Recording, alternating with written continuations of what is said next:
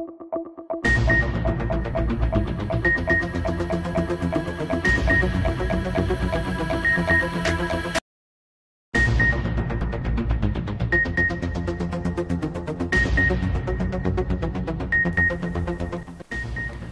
के सिलसिले को आगे बढ़ाते हैं, रुख करते हैं मणि बहाउद्दीन का।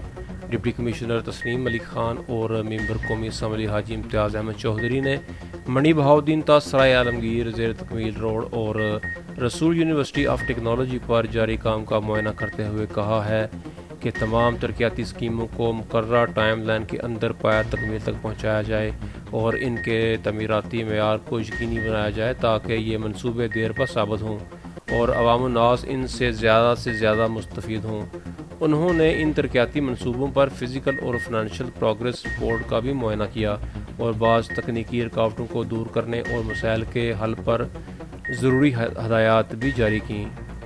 दौरे के दौरान ब्रीफिंग देते हुए बताया गया कि ज़ेर तकमील रसूल यूनिवर्सिटी, जिसका तखमीना लागत 5889.250 मिलियन रुपए है और इसके लिए अब तक 1090.729 मिलियन रुपए रिलीज़ हो चुके हैं और इस प्रोजेक्ट पर तेज़ी से काम जारी है। इस पर डिप्टी कमिश्नर ने एक्सियन बिल्डिंग को 31 अगस्त तक तमाम फंड्स इस्तेमाल करने की हिदायत की। उन्होंने कहा कि हर 2 हफ्ते के बाद विज़िट करके तरक्याती स्कीमों की रफ्तार और क्वालिटी को चेक करूँगा।